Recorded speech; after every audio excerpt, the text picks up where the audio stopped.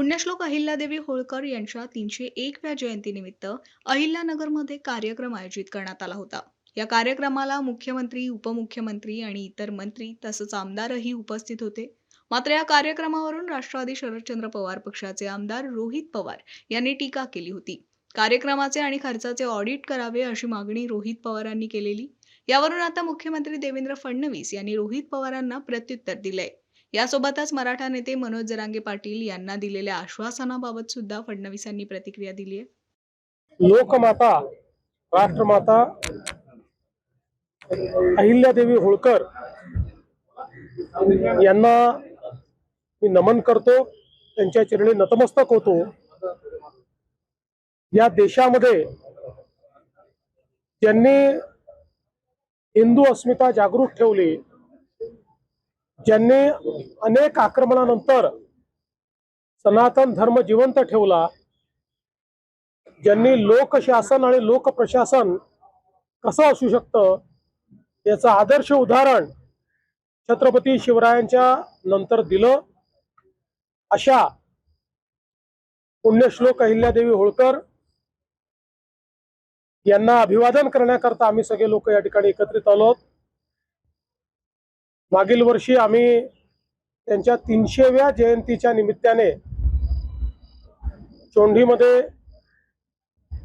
मंत्रिमंडळाची बैठक घेतली।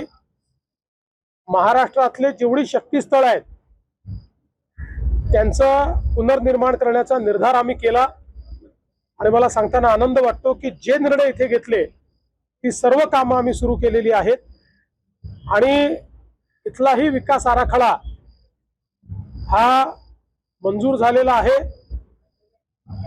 प्राध्यापक राम शिंदेजी यांच्या नेतृत्वात त्याच्या सर्व काही गोष्टी आम्ही पूर्ण केलेल्या आहेत। फक्त आचारसंहिता सुरू असल्यामुळे आम्हाला आज भूमिपूजन करायचं होतं, पण ते करता आलं नाही। आचारसंहिता संपल्यानंतर आम्ही भूमिपूजन करू। पण मला असं वाटतं की खऱ्या अर्थानं ज्यांनी राज्य कसं केलं पाहिजे याचा आदर्श आपल्यासमोर ठेवला त्या पुण्यश्लोक अहिल्यादेवींना मी नमन करतो। जरांगे पाटील यांनी रात्री उपोषण मागे घेतलेलं आहे, कुठली आश्वासनं त्यांना आपल्याकडून दिली गेली आहेत? जी आश्वासनं दिली ती तुमच्या समोर आहे, कुठेही मागे आश्वासन दिलं नाही। त्यांनी स्वतः ती वाचून दाखवलेली आहेत, विखे पाटील, प्रसाद लाड यांनी ती वाचून दाखवलेली आहेत। त्यामुळे सातत्याने मराठा समाजाला न्याय देण्याची भूमिकाच ही आमच्या शासनाची राहिलेली आहे, त्यानुसारच कारवाई केलेली आहे। कुठेतरी ऑडिट होणं गरजेचं असल्याचं आमदार रोहित पवार यांनी म्हटलंय। असं आहे की कशाचं ऑडिट केलं पाहिजे